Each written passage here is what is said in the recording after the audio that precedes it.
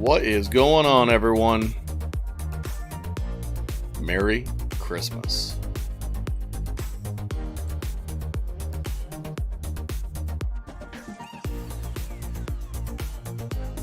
If you can hear me clearly, just give me a little nod in the chat room, thumbs up, comments, that kind of stuff.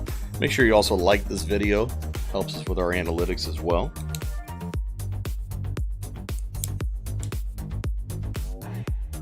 Looks like everything is on the up and up here. And it is showtime. So what's going on, everyone? Welcome to our Christmas special. My name is Frank Perdomo. This is PBH Live, episode 34. We're going to be talking about a few things tonight. Not too much tech heavy. Honestly, I haven't gotten anything prepared technically, but we have a lot of news. We have some news as far as the Autocross ventures that I've been involved with the Coyote Swap Coupe here out of the shop.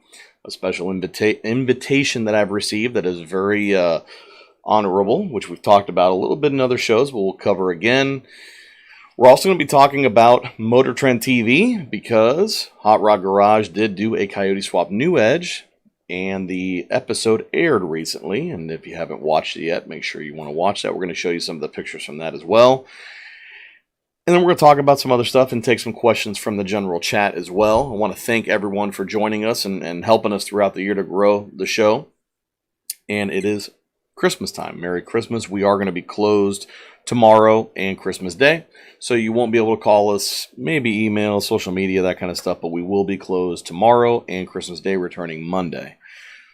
So if you need any products, the clock has already gone out. We won't be able to ship anything out overnight. We're done for at least, well, not for the year. That's next week. So I want to thank everybody for joining us again. This is PBH Live, episode 34. If you don't know about the show, or if you're new to the show, my name is Frank Perdomo. I am an employee here at Power by the Hour Performance. PBH is a specialist in Coyote swaps, 6R80 transmissions, 10R80 transmissions, and we are very open to helping you out with tech and different projects and sell Ford performance parts and all this other stuff that's involved in doing Coyote swaps. If you have questions, there is a live chat that you can put it in. There is also a super chat where you can pay to make sure that your question gets answered. Those super chats are highly appreciated, help us grow the channel and maintain what we're doing and grow it a little bit more here and there. Get different lighting and microphones and cameras and stuff like that as well to make sure the quality of the show is good, so it's easy to tune into and easy to share and tell the general public about. If you have not done so yet, please subscribe to our channel, hit the notification bell, hit all. That definitely helps us grow the channel and the reach of it. YouTube then tends to throttle it a little bit more. Make sure you like the video and share it if there's some information that you want to share with your friends on Facebook and Instagram and stuff like that. Speaking of Facebook and Instagram, you can find PBH on there as well, and me. We are PBH Performance on Instagram and then Power by the Hour Performance on Facebook. Our hashtag is PBH Equipped if you have any of our components. Website, pbhperformance.com. We do have a blog. It has been a little quiet recently because the live show kind of takes over that as well. But you can sign up for our blog and our newsletter. When we have big news and stuff like that, we always push it out through there. That's all on our website, along with all of our products and project vehicles and stuff like that. Links to our YouTube channel, our Facebook and Instagram are also on our website, so you can connect to us in every which way that you like through our website. Our phone number is 561-737-2331. We're open Monday through Friday, 8 to 5 Eastern Time. So if you're on the West Coast, things are different. Middle of the country, Eastern, 8 to 5, Monday through Friday. We have 4 great salespeople on the phones and in emails. Travis Dean, Frank Pezzo, Christian Papa, and myself. As far as reaching out to us via email, info@pbhperformance.com is the way you're going to do that. That'll get through straight to me and the rest of the team, so we can help you out with any technical questions, give you links, check on orders, that kind of stuff, which there's plenty of that to do. And it's all through info@pbhperformance.com. That is the email that's hooked up to our website, so you can go straight to the website and connect to us through there as well. My personal email here at the shop is frank@pbhperformance.com. That is important to know in case you want one of the PBH hats you see here on the wall. Those are $25 shipped, $40 for 2, while supplies last. We're going to be switching those out to something new here in the future, similar to the PBH Live hat they have see on my melon right here, this guy right here. This is available through an affiliate site called Lid Launch, and you can order this hat in particular in 3 different colors if you want to. We're going to be working on launching the PBH hats on there as well in a multitude of colors, so you can pick and choose whatever you want, different style hats, all flat brim, curved, trucker, foam, whatever you want. You want a beanie, that kind of stuff, it's all going to be on there. So, that all being said, let's say hello to some people. This is one of my favorite parts. 2000 MCR says he was first. Thank you very much. Thanks for joining us, as always. Project T-Type Coyote, says, woo. Wild Horse Racing in the house as usual. 04 Sleeper, what's going on, brother? Thank you very much. Jordan Dunning, how we doing? Lorenzo Enzo, how we doing? Josh Bergman, good evening, Frank. Congrats on the win. Yep, we're going to be talking about that in a second here once we get through something a little bit more personal before we get into that. Let's see here. Parker Go Lightly says he's back, and you can hear me clearly. There's a bunch of emojis. That's awesome. Mustang Crazy Man 72. Hi, Frank. How we doing? Richard Dittenberg. Merry Christmas, brother. Gabe Saunders. What's going on, man? Let's see. Rob. How we doing? Built for Speed. Peyton Lucas. Rob again. I think I got everybody. Is that everyone? Shows there's 26 of you in here, and I think you're all posted in the chat. That's awesome.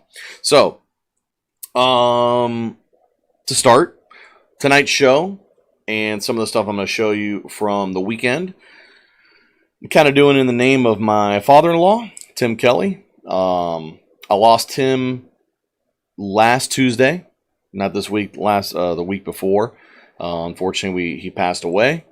Tim had been living with us for about a year. And he was a big fan of mine. He was always supportive of me and what I did, and he actually watched these broadcasts along with you guys. He may not have posted in the chat room or whatnot, but when I would get home, he'd always be there to say, hey, good show, this and that, what about this? This guy said that kind of stuff. He was always involved, and we loved him very much. We're going to miss him a lot. He lived with us over the last year while he was battling cancer. He beat it, but unfortunately succumbed to some other health issues, and I'm going to miss him a lot. And I wish he was still here with us, but he's gone for now, and we'll see him again some other time. So it's been a tough end to 2020. Lost my grandmother, lost my father-in-law, 2 people I love very much. So tonight's beer and show is in Tim Kelly's name. Love you, buddy. All right, so that out of the way, we'll get right into some news here. I did mention that Hot Rod Garage is doing a Coyote Swap New Edge, and they aired the episode. And the way this worked out with Hot Rod Garage, and if you guys don't know who Hot Rod Garage is, it's Tony Angelo and Lucky. It's actually been a couple different hosts, to my understanding, over the different seasons. It has a tie-in to all the Motor Trend stuff with Roadkill and Freiberger and all these guys. And now it's Tony Angelo and Lucky, and they basically just do step-by-step tech and projects in the Hot Rod Garage there in California. And they decided to buy a 2-valve New Edge Mustang and do a Coyote swap, which they joked about putting another LS engine in a Mustang, basically, throughout the show and through their social media, and they decided to go ahead and do the Coyote swap. Now, Christian spotted it on their social media and reached out to Tony Angelo directly and got a response and basically told him, hey, look, guys, this is what we do. This is what we're specialists in. And if there's anybody on this planet that can help you, it's us. And if you guys need anything, let us know. And sure enough, they had a bunch of questions related to the build that they hadn't figured out yet. And sure enough, our products fit the bill like they usually do. They're specifically designed, especially for 4.6 modular Coyote swap. Our accessory drive, fuel system components, and so forth all fit perfectly for what they were doing, and they didn't have a home for all that stuff yet. So we were able to hook up with them and get them the products that they needed. And it sounds like the feedback we got back from their production team is it hit the nail right on the head. It allowed them to film that show, get everything done in a quick fashion to get that episode into editing and into their Motor Trend app, and was released. And we've gotten a bunch of inquiries because of it, which is awesome.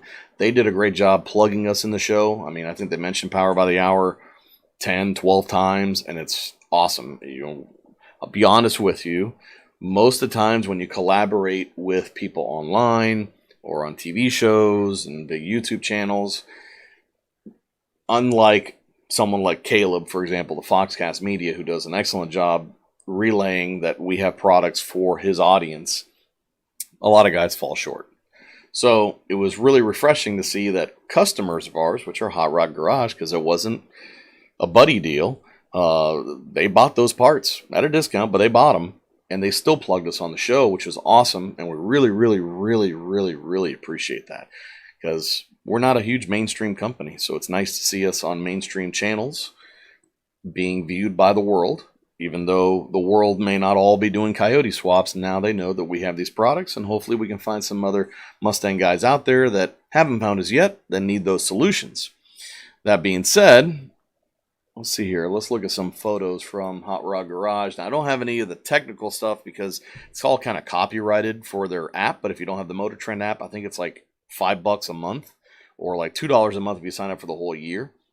They do some really cool stuff on there, and this is Tony Angelo on the right, Lucky on the left, and that is the Coyote Swapped New Edge that they just finished. They reused the 3650 transmission, UPRK member, BBK long tubes, our fuel system, which we did some custom stuff for them to help them get it situated and simplify things for them.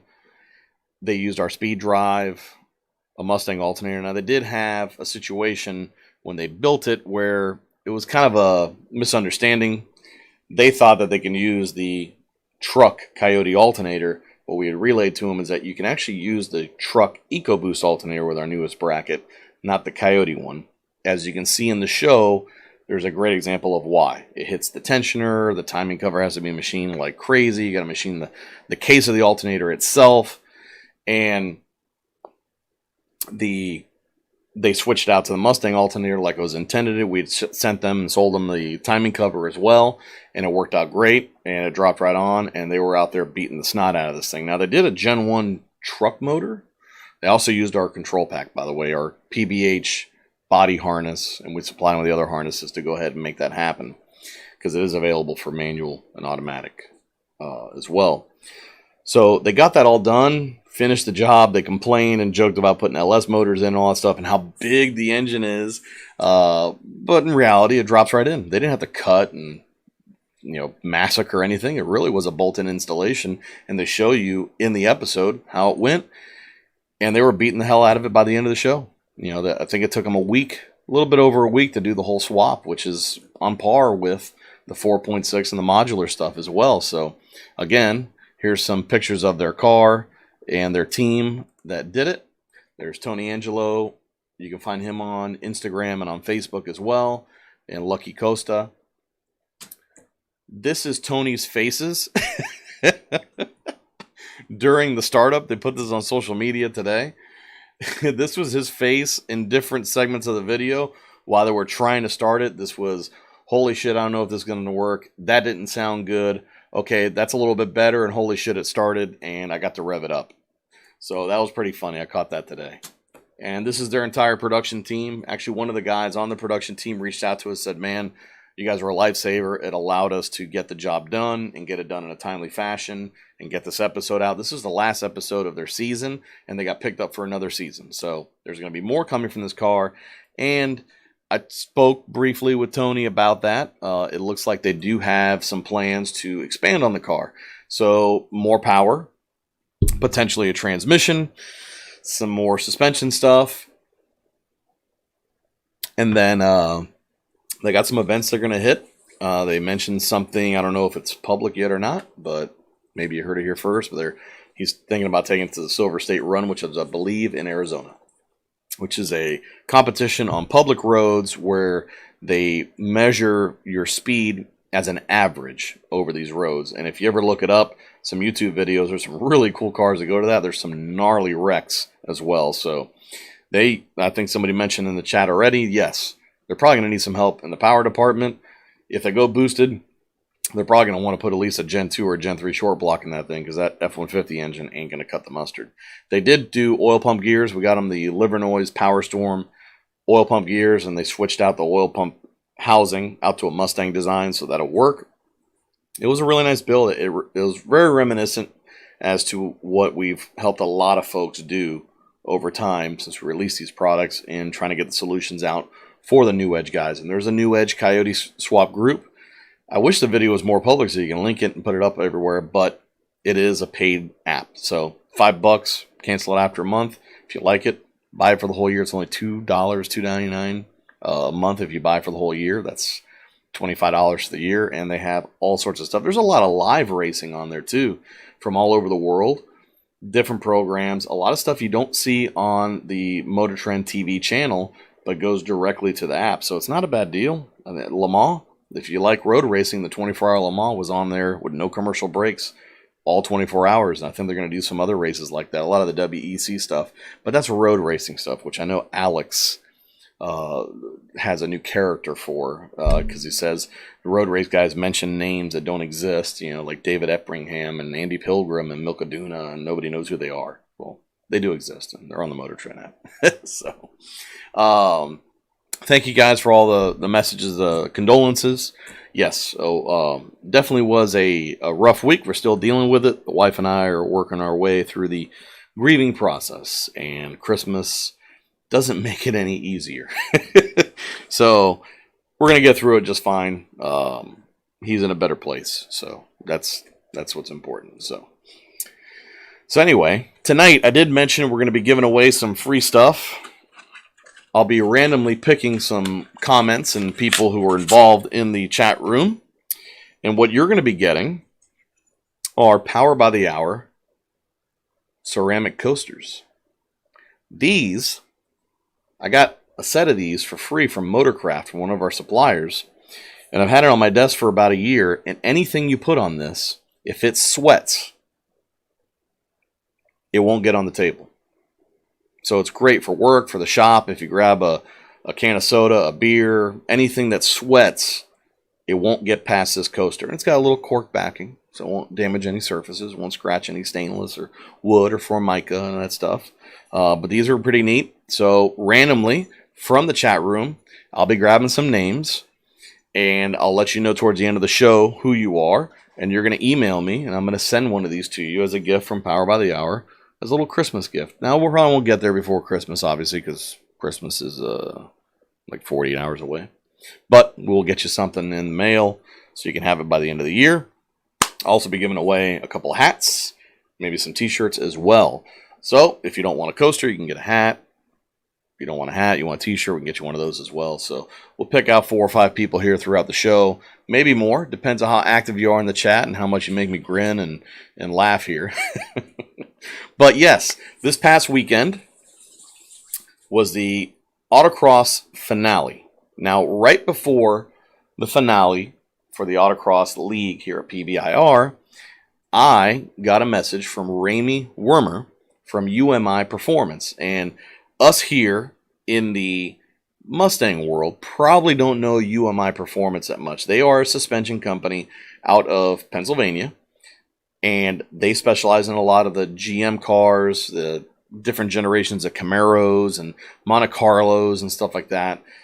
And they have roots in circle track as well. And years ago, they decided to buy their local circle track, and they rehabbed it. And one of the things they wanted to do was have an autocross event. Now, the autocross events that they're doing were invitation based. So they wanted to basically get together all the monumental badasses of the autocross world, especially the pro touring guys, and put them together in this bowl in an autocross setting and let them go balls to the walls on a 200 treadwear tire with no other limitations other than the fact that your headlights have to work. So naturally, through the different classes, which the one I fall into is what they call mid-muscle. Mid-muscle is like mid-year cars, like 75 to 91 all the way through 93. Then they have classic cars, 75 and older, and then they have newer cars beyond the 93 spectrum as well. So what I'm going to be racing against is a bunch of T-top Monte Carlos and IROC Camaros, 80s Corvettes, which are no slouch when it comes to this kind of stuff. And then Fox bodies. Now, Fox bodies have been underrepresented in this crowd naturally. Mike Trinkle's been out there. The guys from Ron Francis Wiring had a car out there. There have not been a whole lot of Fords in general. I think there was a Ford Probe last year, which was pretty cool. So I want to show you a quick video that they made actually back in 2019 that kind of encompasses what kind of vehicles are out there, what's being done, how they're racing, how intense it is. There is a shootout on Saturday night or Sunday. I think it's on Saturday night. It's a 32-car shootout that take all the fastest cars, put them together. Heads up, I think it's for $10,000. So I have been invited to this event by Ramey. It is an honor to be invited. I'm going to do everything I can to go ahead and make it to this event and represent us in general as Coyote Swap guys, Mustang guys in general as well, to the best of my talent, maybe beyond that. So it is really, really cool that I've been invited to this event. Like I said, it's an honor to really be considered alongside a lot of the names on that list. And I really look forward to it because I look at these events as a challenge to know where am I in the spectrum of driving and how quick is the car really. Here locally, I know it's quick. We don't have a broad scope of cars like mine to really compare them all to each other. We're comparing ourselves to, the Subarus and Porsches and stuff like that. So in general, I think the car's pretty quick. There's always more speed on the table. But we're going to find out in August exactly how badass I am and the car is. And it may be a hard lesson, but we'll see. But here is the invite list, the official invite list. And they do have a website, umikingofthemountain.com, or I think it's UMI KOTM. And there are some big names on that list. And I am right in the middle there. In fact, if you look directly to my right and down, that's Kyle Tucker. That's the owner of Detroit Speed. If you go 2 spots up, there's Mike Drinkle, who has one of the nastiest Fox bodies I've ever seen. So, will my Maximum Motorsports equipped, PBH equipped, ARH equipped, Lund Racing tuned, Meyer Racing flared, Ford Star wheeled, Falcon RT660 rubbered, TIG Vision welded, Scott Rod paneled, soon Willwood braked, soon to be full floater cambered Strange Pro Touring diffed, Torsen T2R posied, Fox body, be able to get the job done? We'll see. But, even if you look down the list here, see this guy named Danny Pop? That is one big time name there. That guy's won it all. He's won Optima a couple times. And it's just crazy to see my name basically in line with him. Randy Popst. I just noticed Randy Popst. I'm gonna race against Randy. And if you don't know who Randy Popst is, he's been a driver for Motor Trend and a bunch of different websites and stuff like that. I mean, nasty. Awesome. I mean, talent. Unbelievable talent. So I get to race against all these guys. Mike Dussault, if you look these guys up, I know you probably don't know them. They're all GM guys. But look up some of their videos and you'll understand what is going on out there. So, yeah, I'm up against it. And hopefully I'm ready for it. So here's a quick video of...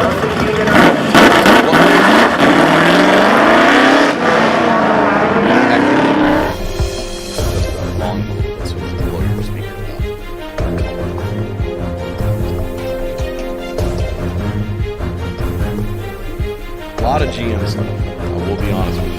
There's plenty of GM stuff out there.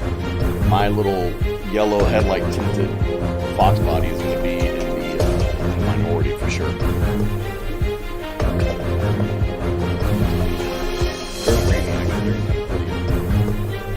Some of these guys I ran against in Nashville when I went to the good guys.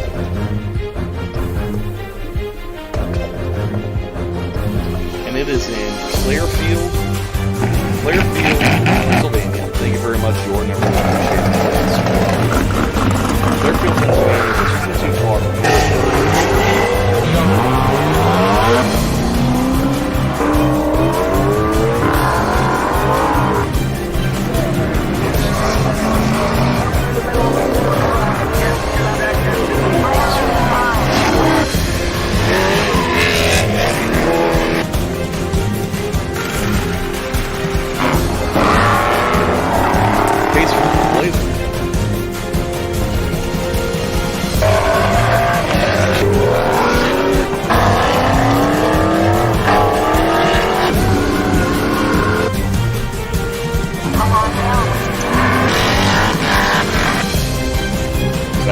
to see a lot of talent, a lot of hardware out there, a lot of fast cars.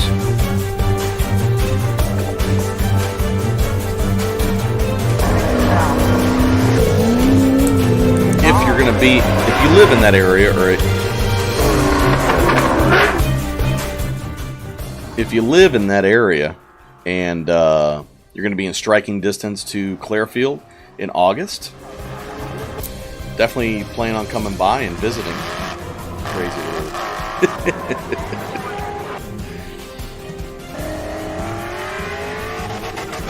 I've got the mic turned all the way up, guys, so if you can't hear me, I don't know. I can turn the video down, that's about it, but we'll talk about it afterwards.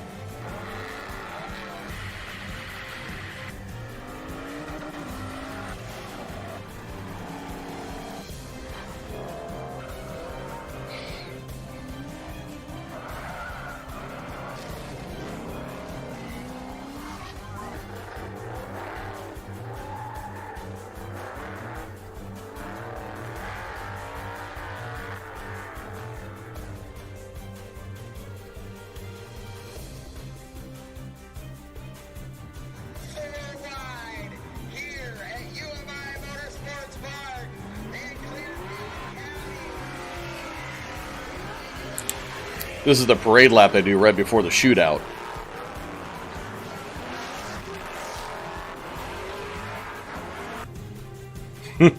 That Miata's got an LS motor in it, by the way. That's the only reason he's hanging in there.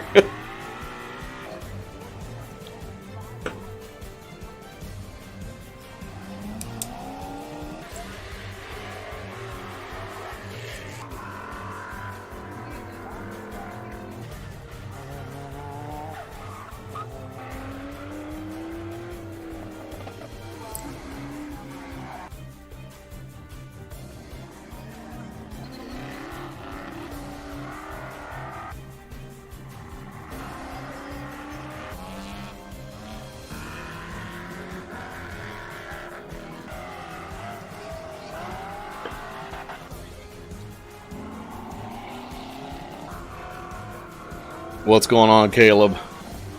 I think it's going to be a little bit too close to be switching out from maximum to Detroit speed. Those guys at Maximum have supported me for so long. I don't think I have the gusto to do that to them. All right, so that is a quick look at the King of the Mountain. It is hosted by UMI Performance. Check out their website. Check out their social media. And they do a live broadcast throughout the event. So on Facebook and I think on YouTube, they will be covering the event live. So you'll be able to keep up on what's going on. I'm planning on taking all our video equipment and maybe going live from the event as well. I'm going to see if I can visit Bill Tumas up at CJ Pony and make a couple other stops along the way, maybe visit the guys at Lund Racing while I'm up in Pennsylvania as well. They're over near Philadelphia. This place is a little bit closer to Pittsburgh. And we may go to some other events before this, hoping to see Foxtoberfest happen next year as well. So yeah, without a shadow of a doubt, there are some nasty cars that go to this event. This invitational is serious shit. I'm not taking it lightly. I have to attack it and go as hard as I can and do everything I can to make sure that I'm ready and the car's ready. So it's time to roll, and it's getting serious.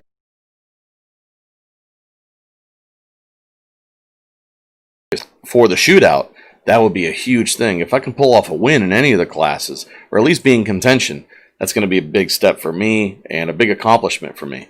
And I'm going to bring you guys with me. You guys all be part of it. So that's really cool. So that was a big positive boost leading into last weekend. And last weekend was the Autocross League at PBIR, the last event of the year. And I was in a points battle with the dreaded Porsche and the Lotus 7. Now, they decided to make this a double points weekend, so there was a chance that if I didn't score right, I wasn't going to win. On top of that, I was on brand new tires, new springs, and I hooked my rear sway bar back up. So these are wholesale changes to try to get the car to handle and get a little bit quicker. And that it did, even though I didn't set my new personal best. Of course, what happens? We get out there Saturday morning. It's a dual event, so they're running something on the road course, they're running something on the autocross course, and there's barely any room in the paddock. Luckily, I was one of the first guys there and got a good spot, and it's cold. Now, I'm not going to say it's super cold. It's cold for Florida. It's like overcast and like 55 degrees, which is like, this must be what snow feels for us. So the track is cold. No one's run on the autocross course for over a month, and I'm on brand new tires. I was nervous. I was lowering tire pressure like crazy and hoping for the best. On top of that, I wanted to get aggressive out of the box. I wanted to launch the car, get the tires scored up, and put in a good time right at the beginning. I've been really lackadaisical on running easy at first and then turning it up towards the end. And I didn't want to do that. I didn't want to do that towards and lose time. And basically, thank you, Alex. I went and adjusted the microphone. Also, your speakers have a volume button, so check that out too. And the and my hat game's on point, by the way, Alex. Super on point. I don't have a disco ball. I don't know what you're going to do next. Wear a shimmery dress for your next live broadcast. So anyway, got out of the hole good. Got the car launching. Everything was working great. And I was able to set a low time. I had the quickest time for the first 2 sessions, which was key because that meant I was ahead of even the guy who was faster than me. Now, nobody seemed to be able to find the grip and find the time out there at once. So that shows me that the improvements have pushed the car quicker. I have more speed, more control of the car, but there's still going to be some time to figure out what is going on and how it needs to react, how I can drive it basically, so I can get the most out of the setup. Now I know the track, so it's a little bit easier. That's what I like about those autocrosses out there, that it never changes. And I'm going to show you the video now of my quickest run. I had 3 cameras on the car, so you get to see it from the GoPro angle on the driver's side, the driver cam up in the windshield from the inside, and then I have my aim Smarty cam is back. AIM is awesome. They took care of me big time. They sent this camera I got when I first built the car. It took a dive. It died on me, and I sent it to them. Now the cameras are made in Italy. The camera's 3 years old. I sent it in. They said, we're going to send it off for warranty, see what they say. They replaced all sorts of stuff in it. They didn't charge me a dime. They backed their product. They sent it to me, so I want to make sure they get a shout out here today as well. And the camera worked nice. It's back. What's really nice about it ties into the data acquisition and overlays it on your video, so you don't have to do anything tricky or synchronize it later on. It does it all for you at once. And it's really robust and really nice. So here is a quick video of what the car did over the weekend. Let's see if you... Okay, here we go. Coming at you. This is our 50.6.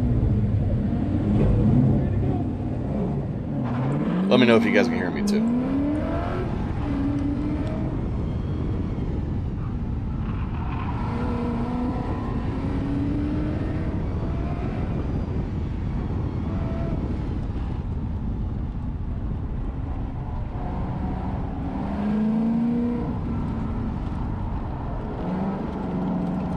There's so much pebbles and dirt on that track, it's not even funny.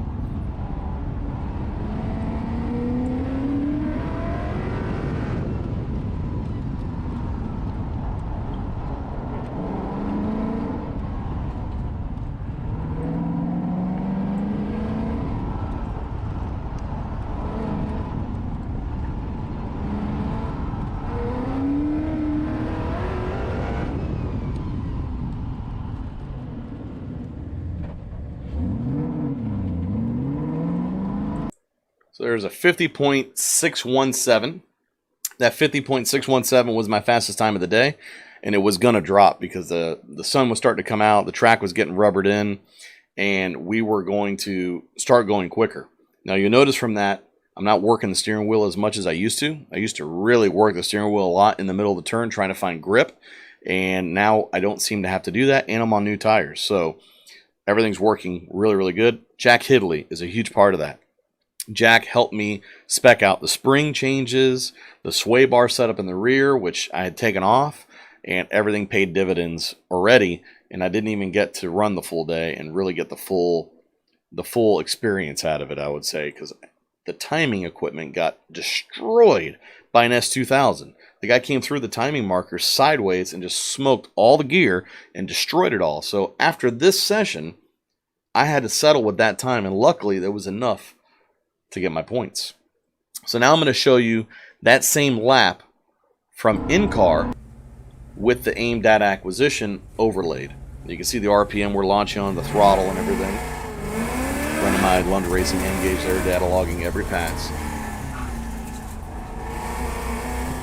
You also have a G on the right, so you can see every time I go over 1G.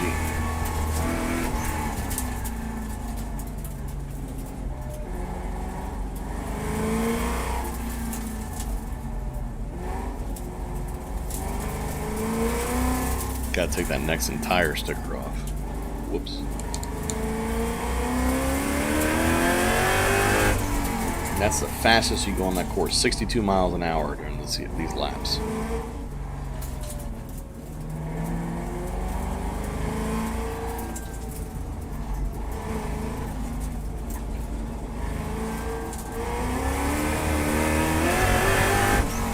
And boom.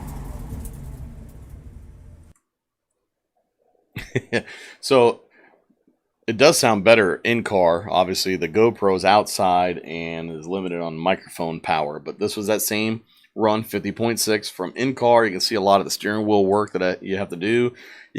What's really neat about this is you can study it and see how you're applying your throttle, how smooth you are on throttle, where you can apply more throttle, which I'm looking at it going, dude, you messed up like 3 times, 4 times, or I can go quicker here, quicker there.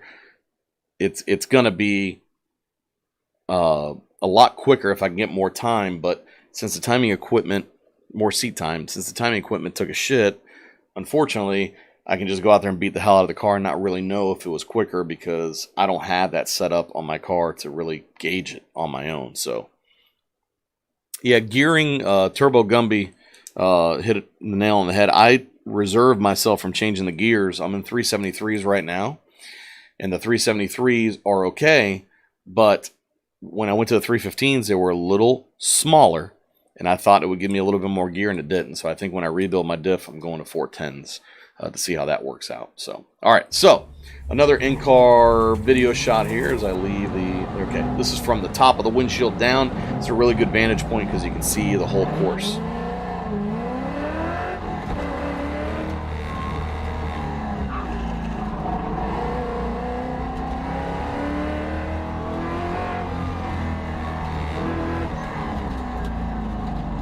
Car definitely feels quicker through every section. I just got to piece it together. Here, it pushed a little bit. Throttle a little bit too soon, I think. Need to place the car better. But through this area, there's no brakes. I'm just on it. I've never been able to go full throttle through here until the new changes.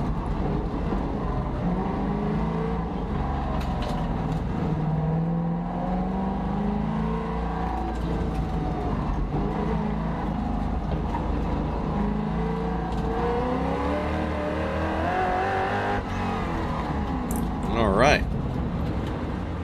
So that's our 50.6. And it was a lot of fun. So with that run in particular, I was able to secure enough points to beat the dreaded Porsche guy. The Porsche guy who is basically, and I don't think he's a bad guy. I'll preface this because I'm going to talk a little bit of shit about him. I think he's just trying to be nice or in his own way.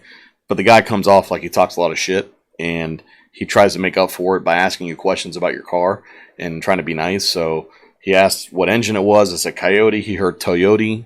He's like, oh, Toyota? And I'm like, okay. What's it weigh? I'm like, hey, 3150. He goes, man, it should be lighter. And I asked him, if he thought roll cages were made out of paper mache. Mind you, he's in a 911S with every advantage on the planet. So I don't know why he's so intrigued by my car. It's just a big truck, right? Should be an easy win for him. The guys in Stuttgart are looking at my car going, you got this. Well, he didn't have it. So I did win the award. I won the class for championship by points, and I received my lanyard. This is my gold card now. So I get free entry for a year into the Autocross events, which is a nice gift given to us by PBIR in the Autocross League. And we also won this little guy here. So this is basically the trophy now that I carry with me everywhere.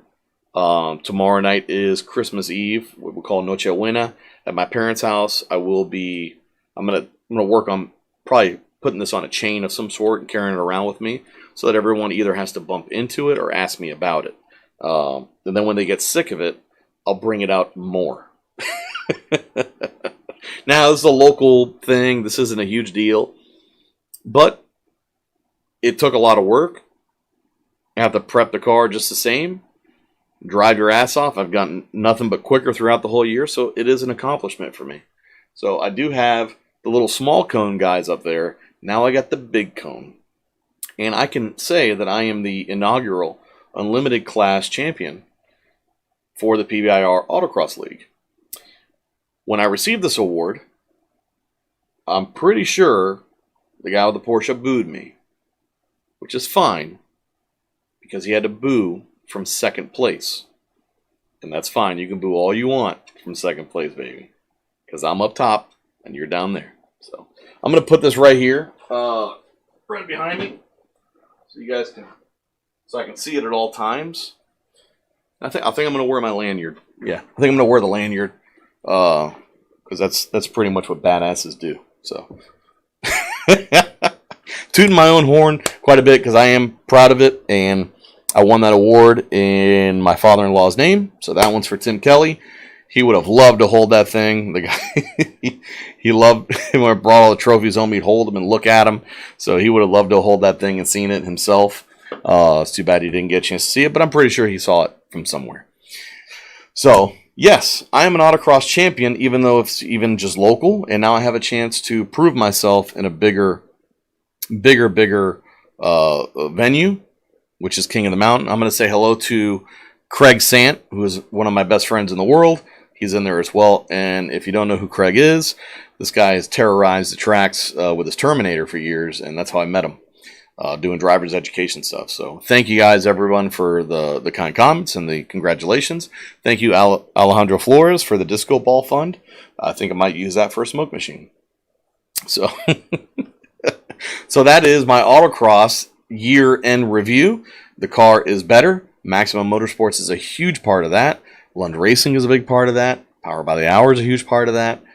Who else? ARH, TIG Vision, Serbinator, which Caleb hooked me up with him, which is Matthew Serbin. He makes ducktail spoilers, and I had made a spoiler for my car because I had a huge wing on it for the road racing, which I could use for King of the Mountain, but honestly, it just doesn't do a whole lot of that speed, so I'm just going to leave it off, and I decided to cut the towers out and put a new deck lid on it, and I was going to make a new spoiler for it, and sure enough, Serbinator makes one. So he was kind enough to send one to me, and I went ahead and put it on the car. And this is my new deck lid setup. It looks a lot cleaner, it looks a lot better, and when I go to wrap the car, they'll cover up that gray stuff for me. But really, really nice fit. It fit on both of the deck lids. I tried it on perfectly. I use some quick latch pins to hold the panel down now instead of the old chrome, what do you call it, Mr. Gasket pins that I had before. Now the car looks really, really nice. Wide-bodied, stubby, very phallic in nature. And that's a good shot of the Serbinator spoiler. It does not come painted. It does come welded. Comes with all the hardware. It was very easy to mount. Fit perfectly. And I just splashed it with some flat black, and it looks good. Now, if I wanted to get tricky, I could drill out the top part of it there and add some pieces of plexiglass to extend it out. If I can extend it out, then I could probably get into the Airstream and get a little bit more downforce out of it, but I don't think it's going to pay a whole lot of dividends at all. So, yeah. This is a new setup. So next plans. Also, if you look in the picture, those quarter windows are not my quarter windows anymore. Those are the Shonik fiberglass quarter windows, and I got those and installed them as well. I got to do some fine tuning there to make them fit perfectly. But the car's really starting to come around. we're going to have to work together, I think, to figure out what kind of livery I'm going to put on this car. And I would say livery, if you don't know what a livery is, that is a paint scheme or theme or wrap to a race car. Even though this isn't a race car, I guess you could call it a race car, full-blown or whatnot. But my friend Schleckenberg is going to help me design the livery. I'm not going to do a Golf livery. I don't think I'm going to do a Motorcraft livery. I don't think I'm going to do the Aston Martin livery. I'm going to come up with something nice, something jazzy. Maybe something Miami. Maybe something industrial. I don't know. I'll have to ask David Eppringham or my friend Scott Pugh or one of the Gurneys. You know all these names. Maybe the livery will be Alex's face on the hood. That would be poetic, I think. Or maybe we'll go with Disney princesses. So yeah, going to King of the Mountain, won the Autocross League Championship. I don't have to pay to get into any of the future events. And Rob wants me to do a Dick livery. Donate here, Rob. Here in the super chat. If you pay for the wrap, I'll put whatever you want on the car. How about that? I think it's about $3,000 for a wrap. How about that? You pay for it, I'll get it done. We'll do a dick skin wrap. How about that? So, all right. Now that we got all that out of the way, thank you guys all for the support throughout the year. A few names I'm going to mention. I'll mention them again towards the end. 2000 MCR, Wild Horse, Jordan Dunning, Parker, Jeff Ashlock. You guys need to email me at the end of the show, frank@pbhperformance.com. Okay? Email me so we can hook you up. Let's see here. So, yeah. What else? Gumby's hopping in there saying, don't tempt me. Well, hey, man. Hey, listen. Motivation is here. You want to be on it? All it takes is cash. It'll be on there for a year, maybe longer. It'll be a nice veiny fox heading to King of the Mountain. I'm going to stop pushing that because I think you guys would send me enough money to wrap my car as a penis.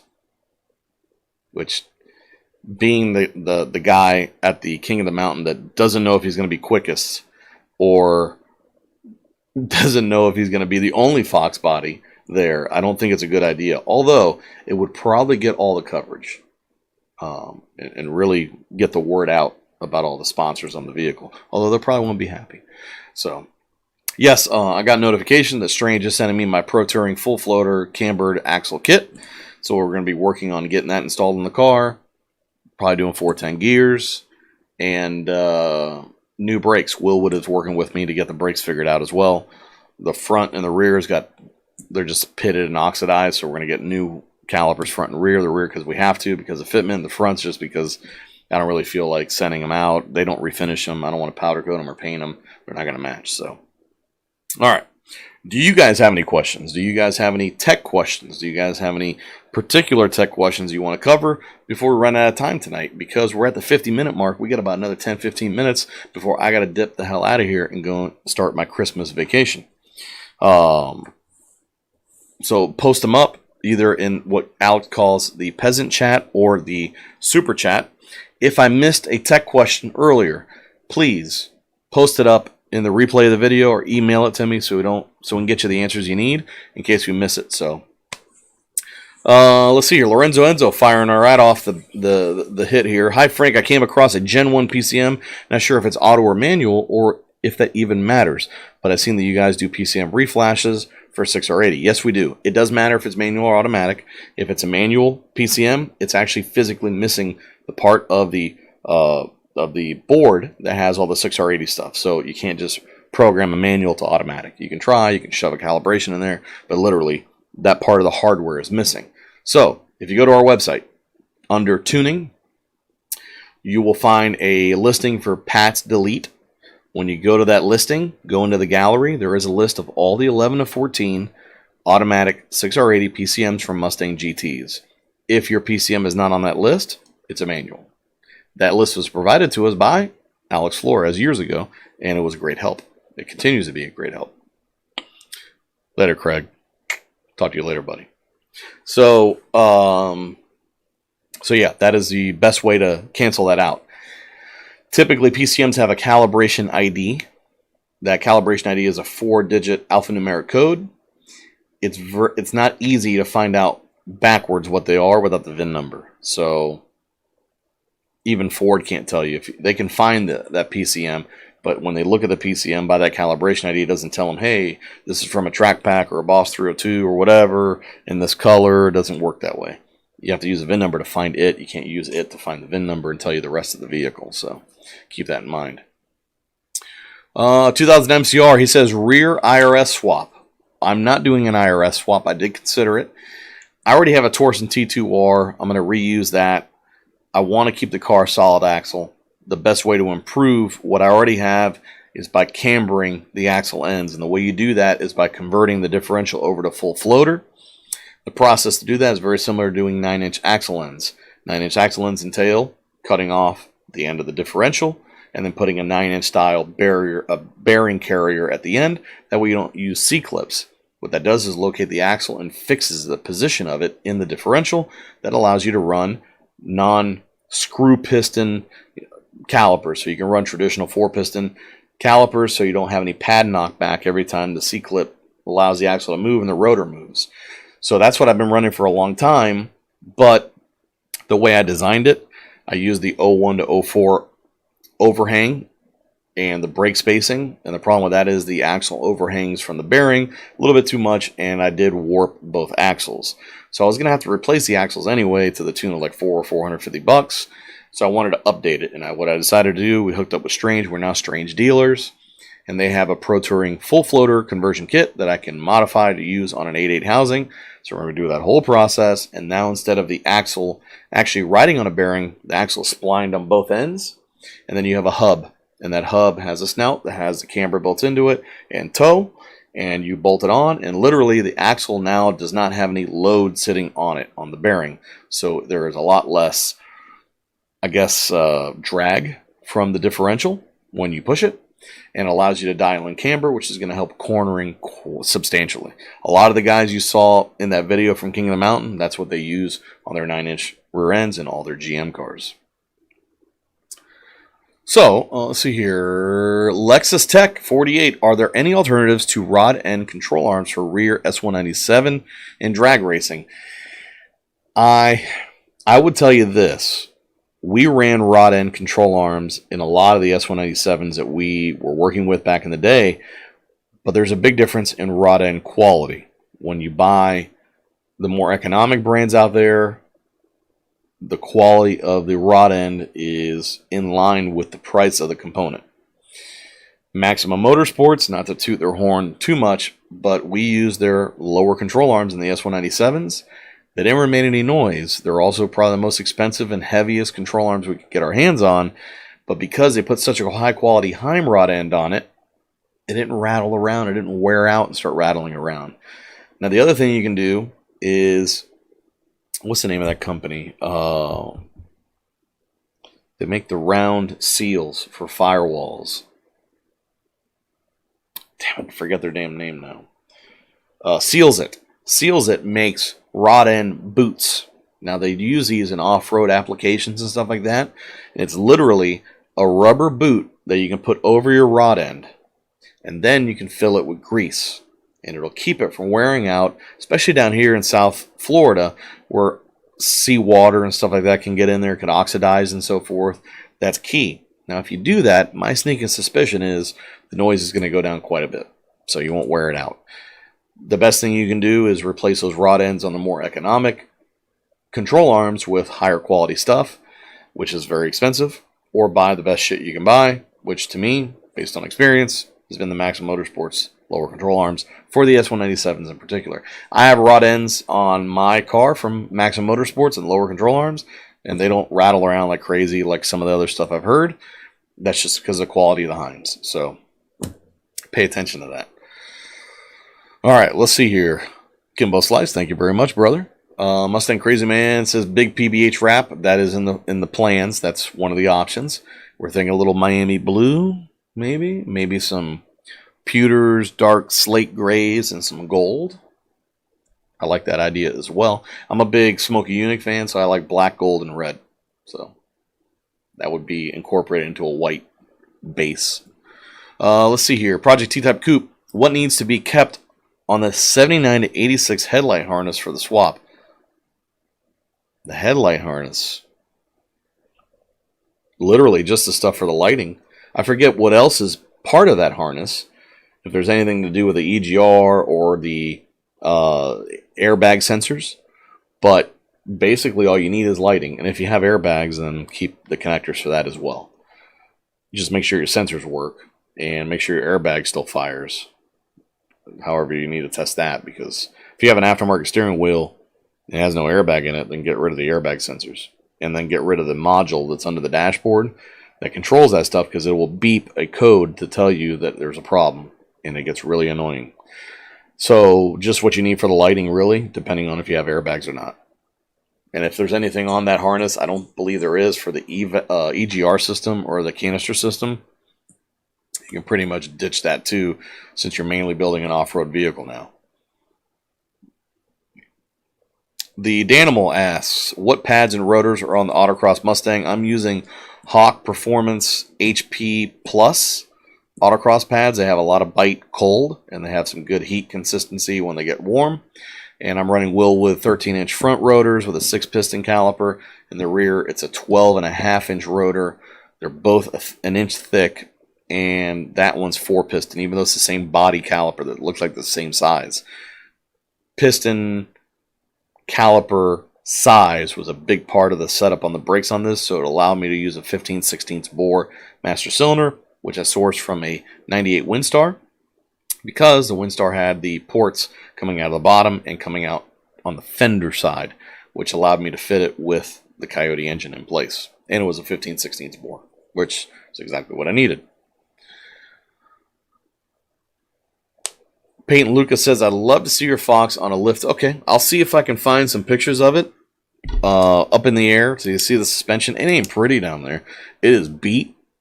It has been rode hard and put away wet. But maybe I'll do a quick video outlining what we have underneath the car and how everything looks. And then I'll incorporate it to one of the videos. See, suspension video.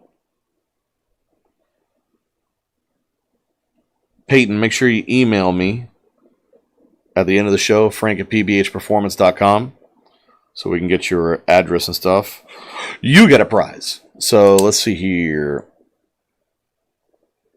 You're welcome, Lexus Tech. No problem at all. Gabe Sanders, when I order my accessory drive, I'm going to need you to autograph my receipt with a mustache and the phrase, the mother Porsche killer. Maybe we'll have that engraved onto your bracket. I know the bracket that I got on my car has a penis on it already. So guys who are fans of penis liveries for race cars, I have penis hard parts on my accessory drive from PBH. Available by special order. Let's see here. Gumby's with some green snails thrown in there. Yeah, we can do the green snail. I got the hat. The hat's right on the wall, Gumby. Am I using the right side here? Oh, there it is. Down a little bit. This is like trying to get something from the claw game at the local bar. There it is. That's Gumby's hat right there. You can see the snail a little bit. Kimball Slice says, I bought a control pack from PBH for manual Gen 1 Coyote Swap for my 05 GT. I know I need the engine harness. Questions. Do I need to buy the body harness too? No. You don't need to buy the body harness. If you're using the existing control pack stuff that's available, you're going to use the body harness that's already in your 05 GT. And you're going to lay our stuff on top of it and intertwine it. If you don't have the tech information on that, email me. I can get it over to you. Christian made a write-up of it and how it intertwines and where you got to mess with it. It's the same thing we do for the earlier GT500s that are doing 6R80 swaps. So it's very, very similar, and we can get everything worked together. Let's see here.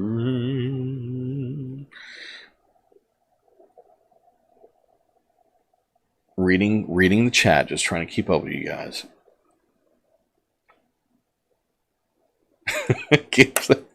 Gabe says that if I would do that, he would touch himself, no homo. And remember, Gabe, it's okay in a three-way too. Richard didn't do her. Take a vacation this summer and visit Michigan here. Grattan Ray. I'll check out that link here when I get a chance, for sure. Root Beer, what's going on, brother? Thank you very much for the donation. Thank you for all the donations this year. It's really helped us on the channel. He says, Merry Christmas, Frank. Looking at coilovers for my 17 GT. Most likely going with MCS. Is two-way adjustable plenty? Will I have fitment issues with 19x11 wheels? Cars primarily used for road course. I know that you can get the 19x11s on there. I think I've mentioned it before. The guys at Vorslag have a lot of those fitments figured out and have been able to do it. We are Ford Star dealers, so if you get some of that information, some measurements, I might be able to help you get those wheels and custom offsets as well. So let me know on that front.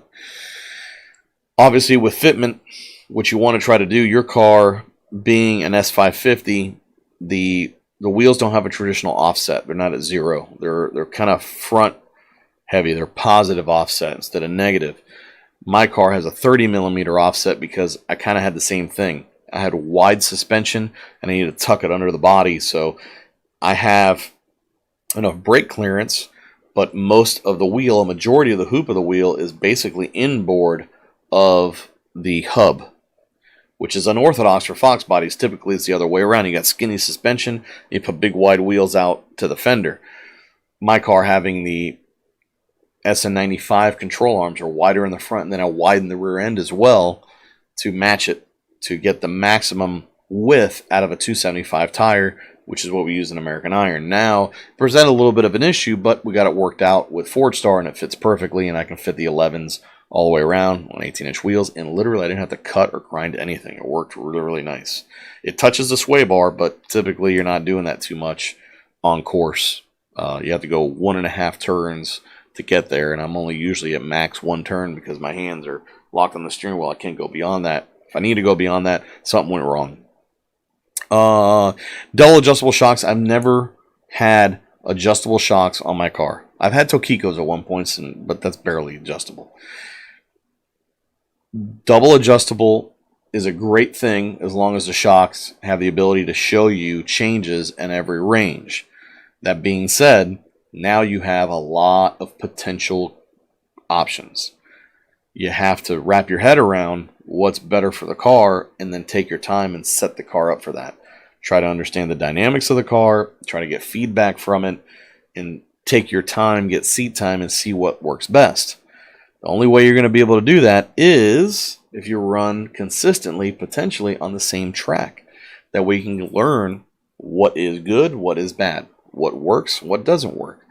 So it's a little bit of a dance. And data acquisition can be your friend here as far as overlays and looking at segments and where you picked up time, taking a lot of notes, having your little black book and saying, okay, I went out this session, tires are 4 heat cycles in, I had this much tire pressure front and rear, I'm revving the car to 7,000 RPM, top speed at the end of the straightaway was 130, I had this setting for the bound and this setting for the rebound. So you have to really do your homework and know what spring rates you have the whole time and really study it. Without that, I think you're just going to be shooting in the dark and trying to figure it out by the seat, by your ass, to see what works best, and track times will tell you that. If you have any type of data acquisition, whether it be a cell phone, an iPad, or whatnot, see if you can get something that remembers your best lap and records it and then set segments up for the track. That way, while you're driving around the course, it should give you a green or a red, whether you're picking up speed or losing speed based on your best segments previously recorded. That always helped me on the course. When I would try something, it literally would tell me live in the car that I'm quicker than I ever have been through that segment. And that's the best way to figure it out. I think data is going to be your friend when it comes to that. And there's a lot of stuff out there. There's stuff that's beyond me, and honestly, I don't understand shocks that well to know. I'm lucky enough that Maximum Motorsports hands me MM3s. They went in, and they work great. So, all right, Project T-Type Coyote. Project T-Top Coyote, not T-Type. Best rear gear for 6R80 with 4R200 for quarter-mile racing. How much power? I would say 331s or 355s are going to be where you're going to end up. You can go even more aggressive than that if you want, because now you have a 274 first gear instead of a 417. Gabe Sanders says, laughing my ass off. There you go. Thank you very much. Kimbo Slice, thanks very much. Happy holidays for you and PBH. Thank you very much, brother. Merry Christmas. Peyton Lucas, appreciate it, Frank. I'll send you my info. Yes, please. Names to remember here. 2000 MCR, Wild Horse Racing, Jordan Dunning, Parker, Jeff Ashlock, and Peyton Lucas. You all need to email me, frank@pbhperformance.com. Let's see here. Chad Garner, Datsun 280Z project. Hell yeah. In your experience, should I get a whole car, i.e. wrecked one or engine transmission separately? Already have front and rear suspension from a 15 Mustang GT. It depends on... Depends on what generation you're going to go for. If it's Gen 1, I would say go ahead and get a car if you can get it cheap enough, because the body harness can save you a lot of time since we sell it separately. So if you're going to do any other generation, you're going to have to buy a control pack. If you're going to have to buy a control pack, or you decide to do the wiring yourself maybe, in that case, you get the whole car. That way you have everything. You can do all the modifications on the stand or while the car's running, and then know that everything works, and then put it in the project car. If you're going to go the control pack route, which is basically the best option outside of that, I would, if it's anything other than a Gen 1, I would just get a powertrain, because if you have to buy a control pack, you're going to get a PCM, you're going to get O2 sensors, mass airflow meter, you're going to get an air box, you're going to get a body harness, a gas pedal, radiator hoses, PCV hoses, the works. If you're going to get all that, then unless you're getting a smoking deal on the wrecked vehicle, you're going to have a lot of duplication. On top of that, you're not going to use typically the fuel pumps, the fuel tank. You're not going to use the drive shaft, the transmission. I mean, really all you need is a powertrain. So if you get a good deal on a Gen 1 and you want to go Gen 1, not a bad option. I think it's a better option for you in that regard. If you're going to go Gen 2 or Gen 3, I would just get the powertrain and buy a control pack and call it a day. That's my opinion. Expected date for stream. I haven't been able to get contact with Circle D, unfortunately, with the passing of my father-in-law. That all kind of went to the wayside. I got to work on that. So let me put that down. Circle D.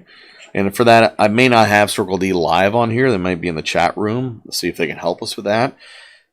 I may ask Jake Long to join me, because he knows a lot about converters. Maybe even Alex can help us out with that as well and talk about that, because I'll be honest with you, I don't know everything about them. I don't know. I honestly just tell you call Circle D and tell me what part number they tell you to order. So sounds good, Gabe. Let's see here. Root beer. Thanks, Frank. I'm using Track Addict now. I'll pick up an AIM Solo next year. There's a track about 45 minutes away. I'm always at. Perfect. Built for Speed. You guys received my green box there today. Special packaging. I did see that box.